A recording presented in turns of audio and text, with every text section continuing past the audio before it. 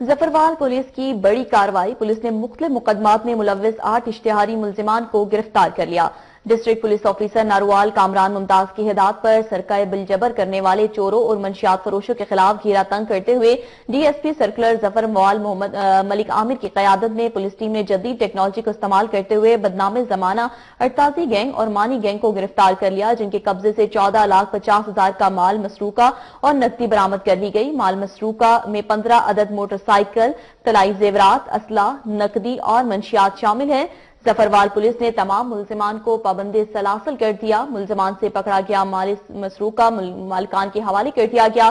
اس موقع پر D S P ملک عامر کا مزید کہنا تھا کہ پولیس عوام کی جان و مال کی حفاظت کے لیے ہے، اس لیے جہاں بھی اپنے ارد گرد کوئی جرم ہوتا دیکھیں، کسی شخص کو غیر قانونی یا غیر اخلاقی سرگرمی میں ملوث پائیں تو اس کی اطلاع فوری پولیس کو دیں۔ پولیس عوام الناس کی مدد کے ساتھ ہی جرائم پیشہ عناصر کو کنٹرول کر سکتی ہے۔